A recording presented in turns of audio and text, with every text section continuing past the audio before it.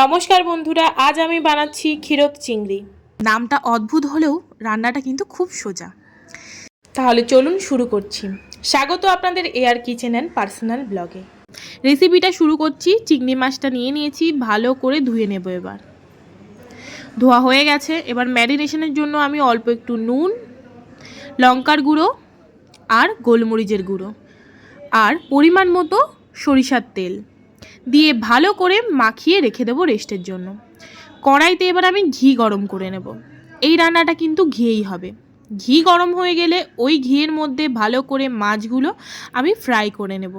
খুব বেশি ফ্রাই করব না, অল্প একটু লালচে করেই আমি তুলে নেব।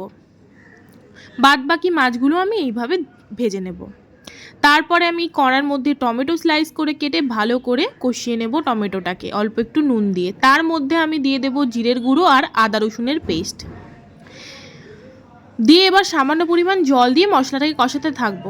এই দিকে আমি দুধের মধ্যে 1 চামচ ময়দা ভালো করে ফেটিয়ে নেব।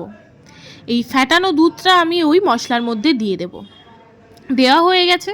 তারপর আমি দিয়ে দিচ্ছি মধু, দিয়ে ভেজে রাখা মাছগুলো দিয়ে ভালো করে কষিয়ে ওর মধ্যে চিড়ে রাখা কাঁচা লঙ্কা দিয়ে ভালো করে নাড়াচাড়া করতে থাকবো অল্প একটু জল দিয়ে।